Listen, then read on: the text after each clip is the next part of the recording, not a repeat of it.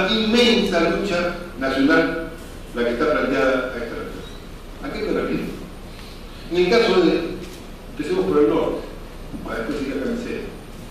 ¿Por qué no sale como debería salir? Lo ha explicado muy bien Campodónico, lo ha explicado muy bien Castillo, los trabajadores de Perú lo conocen al dedillo.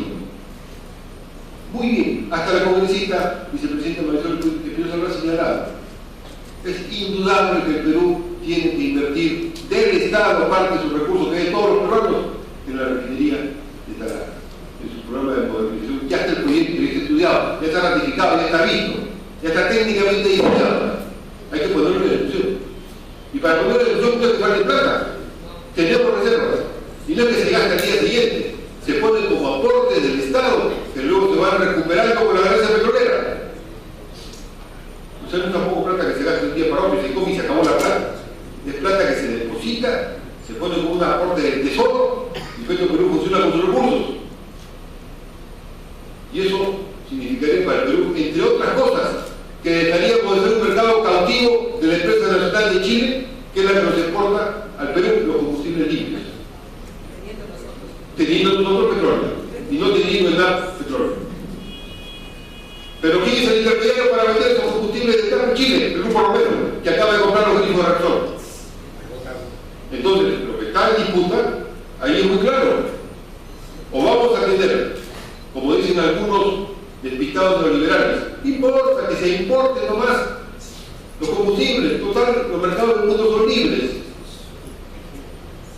Ningún país del mundo acepta depender su energía, de la cual depende mover sus barcos, mover sus trenes, mover su actividad diaria. Ningún país del mundo que se declare soberano acepta perder esa condición de soberanía. Cuando en Chile hubo un problema porque se abastecía fundamentalmente desde Argentina de gas, y Argentina se le cayeron las reservas y suspendió la venta de gas a Chile. ¿Qué hizo el gobierno de Chile? Con acuerdo de todos los chilenos, bajo el gobierno de Ricardo Lagos. ¿Qué dijo? Una cosa estratégica. Agarró la empresa de petróleo, ¿verdad? Le dijo, tú me vas a construir, como ya no tenemos gas que venga de Argentina, tú me construyes unos grandes tanques para traer ahora la energía por barcos, a través del sistema de licuefacción. Estaba en ese momento en ascenso. Y pusieron 2 plantas grandes de licuefacción. Y al mismo tiempo invirtieron en otras partes del mundo. Y tienen por eso norte petroleros a ver si encontraban petróleo. Y la empresa de NAP tuvo un financiamiento del Estado y una deuda de 4.000 millones de dólares, pero en 4 y 5 años logró evitar que Chile fuera un país dependiente desde el punto de vista del abastecimiento energético. Y ahora Chile, con el NAP, es un país que exporta, y ciertamente el combustible limpio es su principal mercado en el Perú. Todos los países del mundo en el Perú tenemos a la mano las posibilidades de garantizar una fuente energética indispensable. Tenemos el recurso, tenemos el estudio técnico, tenemos la empresa, tenemos los cuadros, tenemos la experiencia. ¿Por qué no se hace?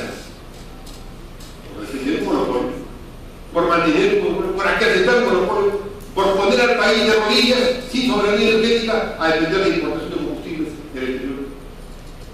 Ya una vez lo dijo el ministro Yábara, que no nos olvidaré nunca, que cuando hubo el enfrentamiento con el Ecuador lamentable, somos países hermanos, pero en ese momento se requerían combustibles y la empresa que manejaba el cabotaje de combustibles en el Perú, una empresa del grupo chileno, no quiso llevar los combustibles al norte del país.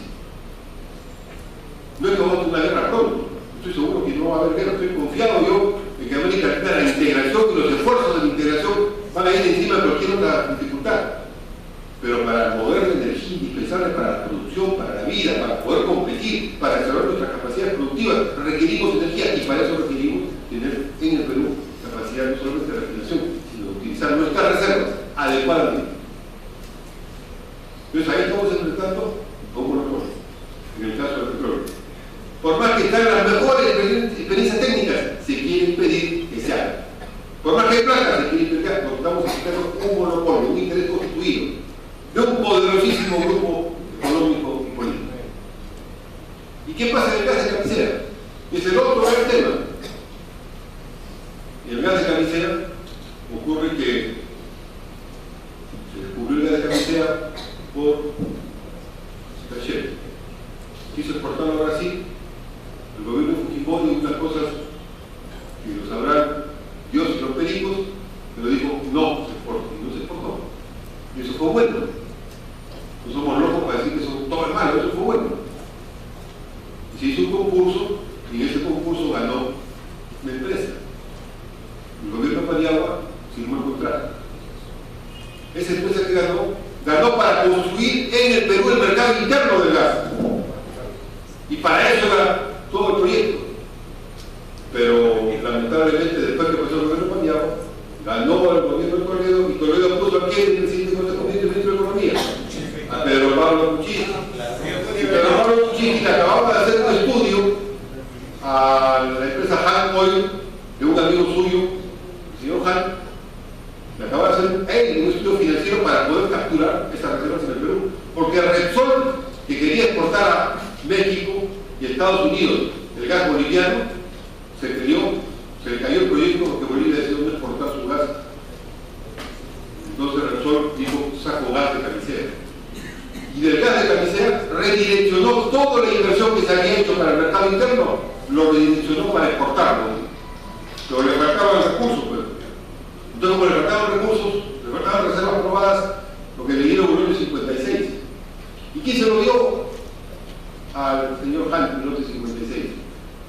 El señor Kuczynski, cuando llegó al ministerio, se encontró que el lote 56, igual que el 88, había sido concursado. Anuló el concurso y a dedo se lo entregó a la empresa Han. ¿Cuánto está valorizado el lote 56? 20.000 millones de dólares. ¿Cuál es la diferencia entre vender papas y vender petróleo o vender gas? Para vender papas uno va al mercado y llega con la papa y la vende. Para vender gas uno dice, aquí está mi reserva de gas. Inmediatamente uno consigue el financiamiento para cualquier proyecto. Y la reserva de gas del lote 56 estaba aprobada. Eso se regaló. Pero le faltaba para el contrato con México, entonces hicieron todo un recurso que ya se probó que era una ilegalidad para inmovilizar todos sus 5 millones de pies cúbicos del 88 y poder exportar. Y esa es la tragedia del Perú. Lo que debería haber sido la base de un fortalecimiento de una fuente energética se convirtió en que ahora el 51% de la energía que genera el gas, el 51% del gas que sale del Perú, se exporta. A un contrato que iba a ser México, que no fue durante años a México y que ahora está empezando a ir a México, y que él tenía el 100% de la empresa Repsol, que ya se le vendió a la empresa Shell, y en el Perú los periódicos no se preocupan de eso. Ya todos sabemos que quisiera ya no salir de 4, pero nadie sabe que ya no exporta el gas de Camisea la empresa Repsol, sino que ahora es la empresa Shell. Y que el ministro de Economía de Energía y Minas fue a México a negociar con el Estado mexicano, no los intereses del Perú, sino los intereses de la empresa Shell y de la empresa Repsol. Entonces, uno dice, ¿qué tragedia del Perú? Teniendo esa posibilidad, se nos fue, pero de todas maneras se siguió peleando. Entonces los pueblos del sur y los pueblos del Perú obtuvimos con toda la soberanía democrática la consigna de gas para los peruanos, gas para el Perú. Entonces dijo, vamos a recuperar el gas barato, el gas para el Perú. Y por eso es que se planteó, cuando el gabinete de Lerner va a presentar su plan de gobierno, el primer plan de gobierno ya formal del gabinete del gobierno de Humana al Congreso, y participaba en ese gabinete de la Secretaría de Educación, va con la propuesta. Y había la decisión política de decirle a Repsol y a todos los que estaban ahí en el lote 88, señores, esos 2,5 millones de pies cúbicos inmovilizados, se suspende la inmovilización, que ustedes consigan de su plata y paguen sus deudas. Ese gas va a ser usado por el Perú. ¿Con qué función? Fundamentalmente de industrializar el recurso del gas. Porque para la atención domiciliaria es poco el porcentaje que se requiere. Lo fundamental del gas es que pueda industrializarse y generar por la petroquímica un valor inmenso para el país que permite industrializar otras áreas y al mismo tiempo que pueda ayudar a consolidar toda la base energética nacional. Eso es lo que estaba planteado. Bueno, eso llevó hasta el momento en el cual sale el decreto supremo. Estuvo la congresista Verónica Mendoza en Cusco, junto con el presidente Miguel Humana, parados encima de un tubo en Quiabarpa y en Cusco, diciendo recuperamos, y no recuperamos. Hasta ahora, ¿qué fuerzas tan grandes hay en el Perú para que eso no haya salido? Después, hemos estado en una discusión son muy extrañas. El ministro de Energía y Minas, el ministro de Economía y Finanzas, han estado en unas ideas y medidas impresionantes. En los últimos años hemos tenido hasta 4 versiones diferentes de cuál es el diseño técnico del trazo del ducto del sur. Hasta 4. ¿Recuerdan cuando decía el ministro de Economía y Finanzas, lo que pasa es que la empresa brasileña elevó los costos? Acaban de elevar en $400 millones los costos que ellos acaban de poner. Acaban de elevarlos. La última versión que dan. Y no lo fundamentan ni lo explican. Y casi la botaron a patadas a la empresa brasileña porque decían que había elevado los costos. Ellos se elevan y nadie dice nada. Dijeron de que ya estaba resuelto el tema del trazo. ¿Y cuál era el trazo resuelto maravilloso? Que iba a haber un gasoducto por la costa. Inclusive trataron que por vía de un proyecto de ley se aprobara sorpresivamente en el presupuesto y fue detenido en el Congreso. Y ese gasoducto costero que no tiene ningún sentido porque lo importante del etano para producir la petroquímica es que se una todo lo que está en Camisea y vaya con una sola fuente hacia la petroquímica del sur, que está mandada por ley. Entonces el gasoducto era un truco para simplemente impedir el gasoducto que es poliducto y gasoducto en el sur, que es la base de la petroquímica. Entonces hemos tenido varios trazos, ducto de la costa, por aquí, por allá, y uno dice, qué raro. ¿Quién está decidiendo eso? ¿Quién está haciendo los estudios técnicos?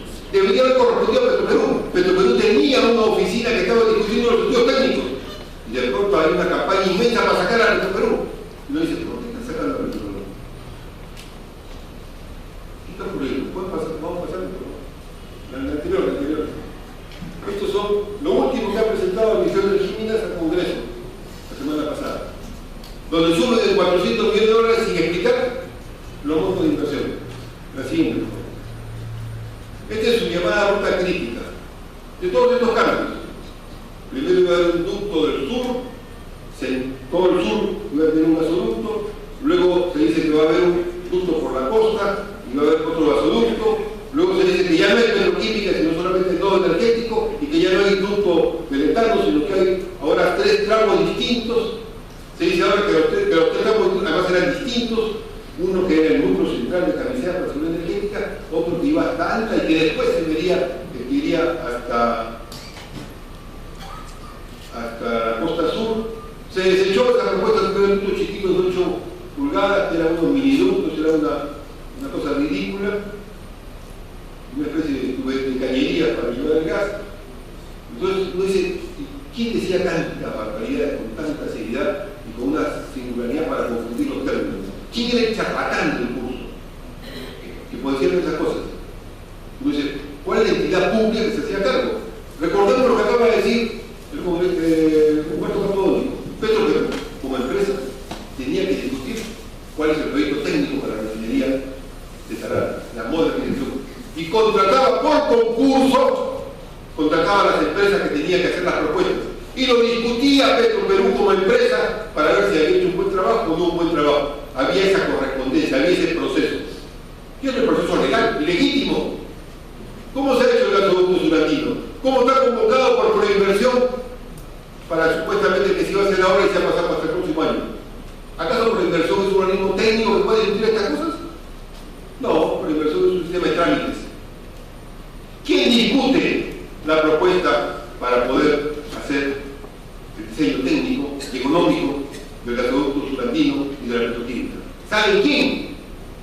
Hay que empezamos a pensar en esta secuencia que ha puesto a la propia gente del gobierno que acaba de ir, digamos, por inversión.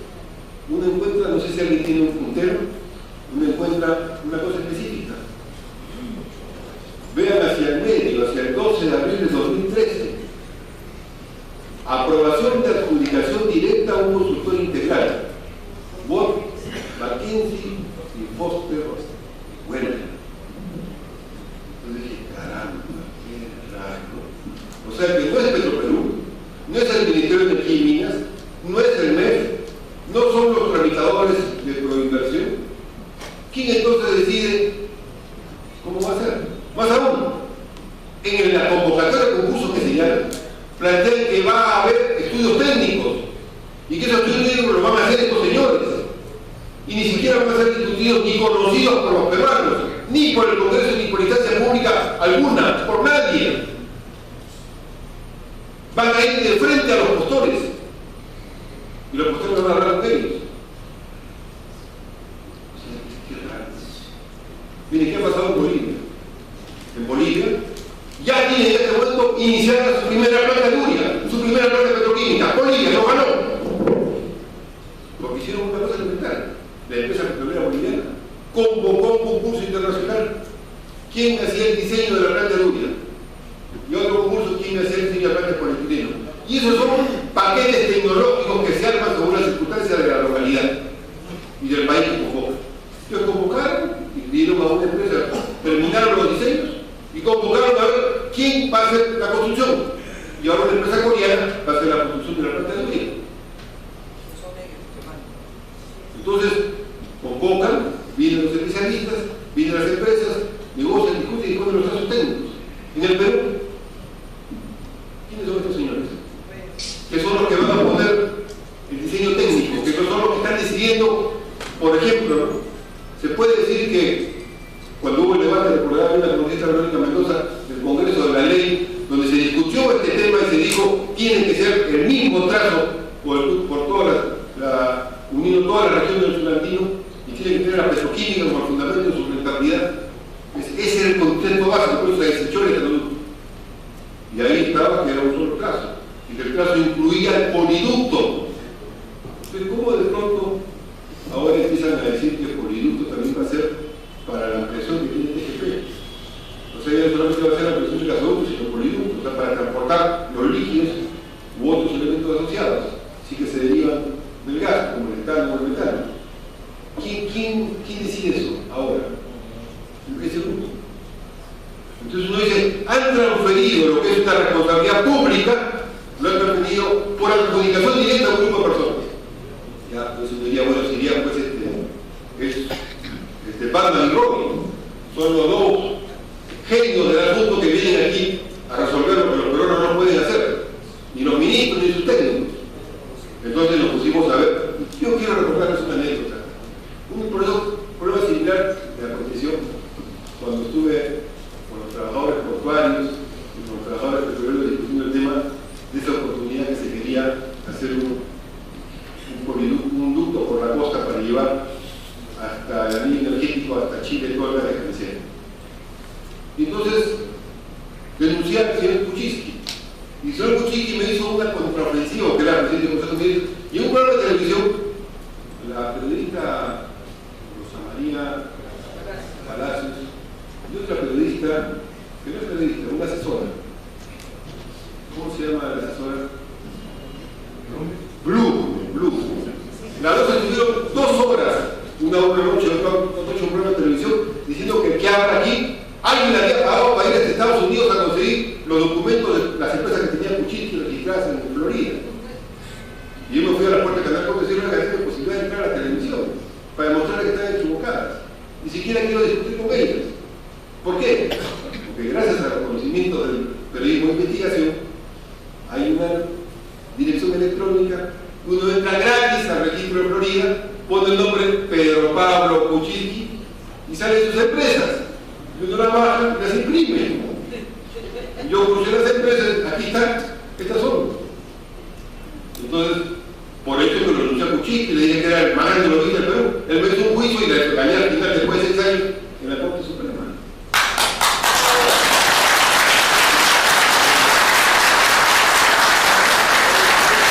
Entonces ahora, por las patojas del destino, me encuentro con otra circunstancia muy similar. Vamos a ver quiénes son, pues. A ver, entremos a ese otro yo mundial que tenemos que se llama el Google. A ver, la siguiente.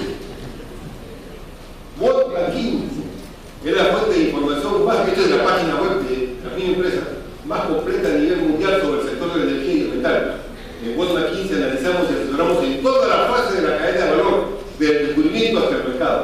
Evaluamos los activos, mercados de empresas que se dedican desde la prospección, perforación y producción, al refinado y comercialización en el sector del petróleo, gas, carbón, carbono, electricidad y metales. Asimismo, los indicadores económicos, la oferta y la demanda del mercado y la tendencia de los precios.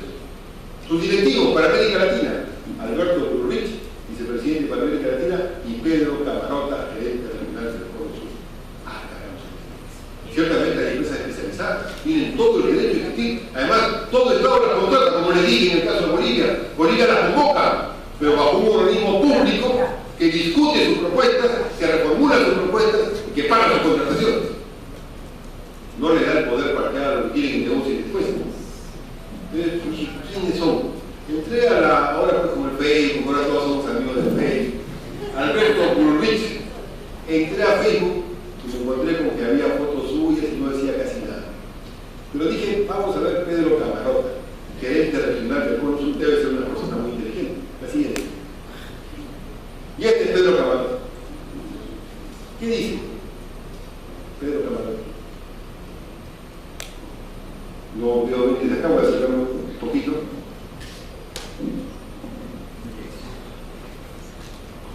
¿Leen ustedes? Dice Word, ¿qué dice abajo? ¿Dónde trabajaba antes? Gas Energy. ¿Dónde más? Repsol. Caramba. O sea, uno de los dos técnicos que está decidiendo por su antojo todo cómo se diseña y cuál va a ser.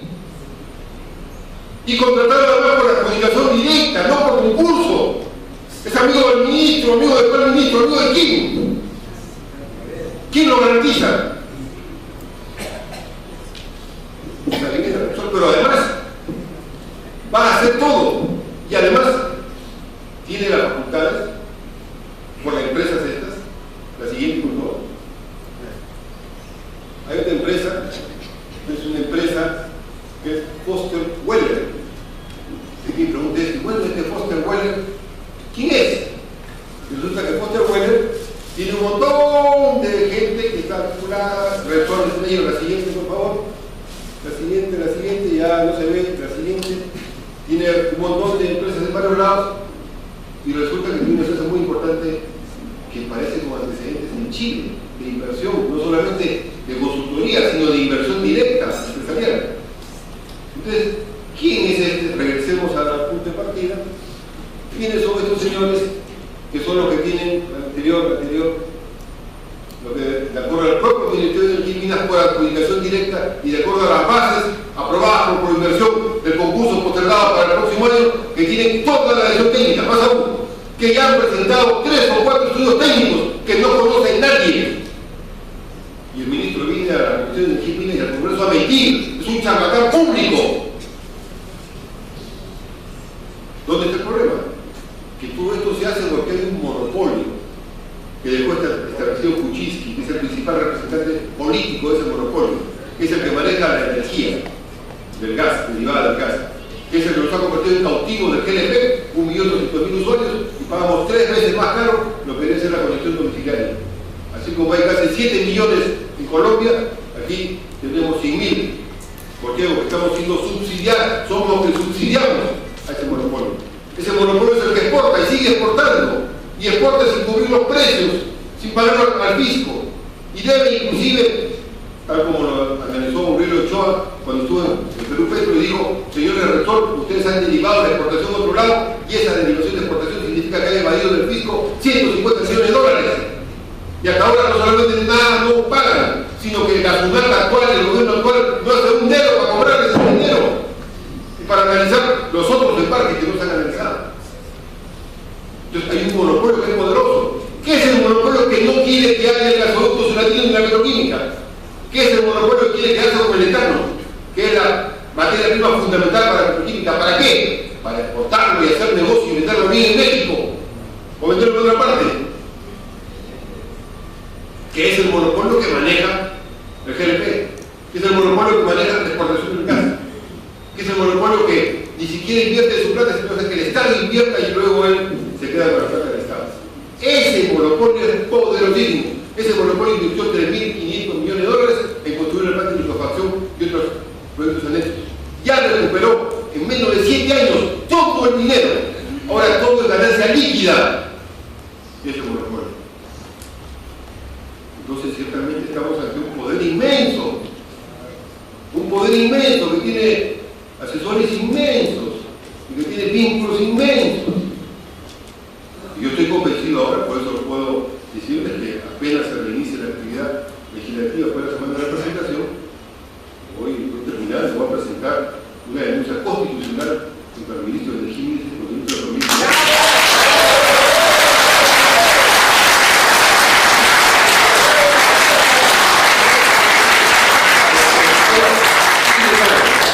inconstitucional que se otorgue por adjudicación directa en primer lugar, no por concurso, primer delito, primera vulneración de algo que es básico, porque no es que sea los únicos que sepan el tema, eso debe ser un concurso.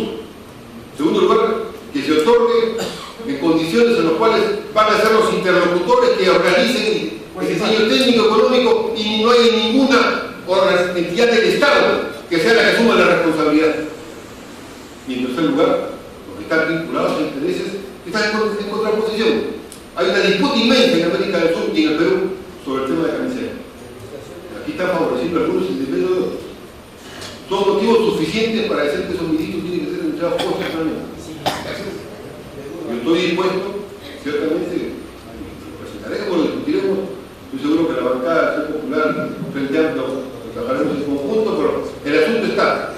Esto lo vamos a discutir en Talara el 4 de octubre, donde va a haber una gran concentración con el gobierno regional, con el municipio de Talara, con los trabajadores petroleros.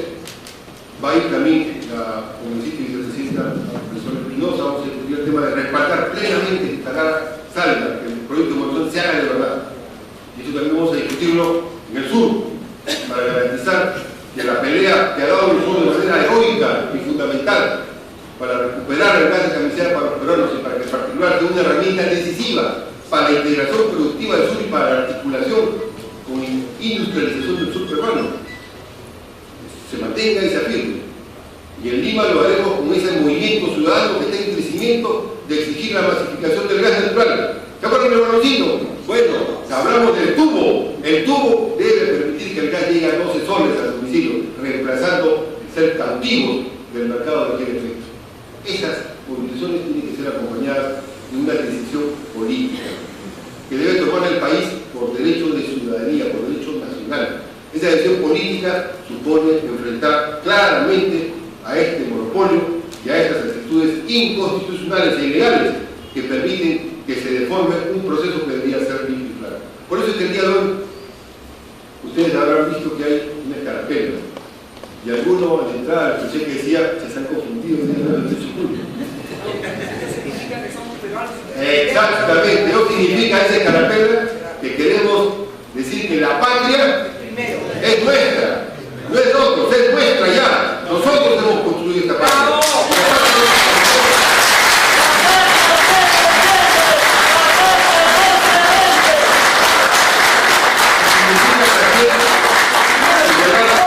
En este momento, un elemento clave, como nosotros decimos, que es la patria, es el gas barato, es la petroquímica y el petróleo.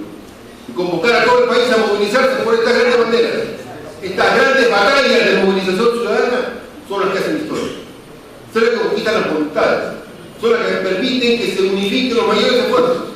Y si el gobierno quiere dialogar, dialoguemos sobre esto. Y decidamos sobre esto de verdad. Y sancionemos a los corruptos.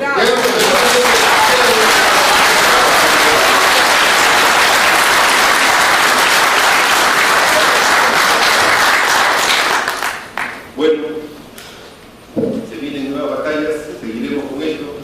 Yo creo que estamos entre todos ayudando a consolidar el Perú como una nación soberana, democrática, institucionalizada, que defiende, cuida y protege su medio ambiente y que logra para su población una mejor calidad de vida. Y esta es una de las batallas. Les agradezco la atención y este compromiso con la escarapela del Perú para hacer que el gas barato, la petroquímica y el Perú sean nuestros, que la patria es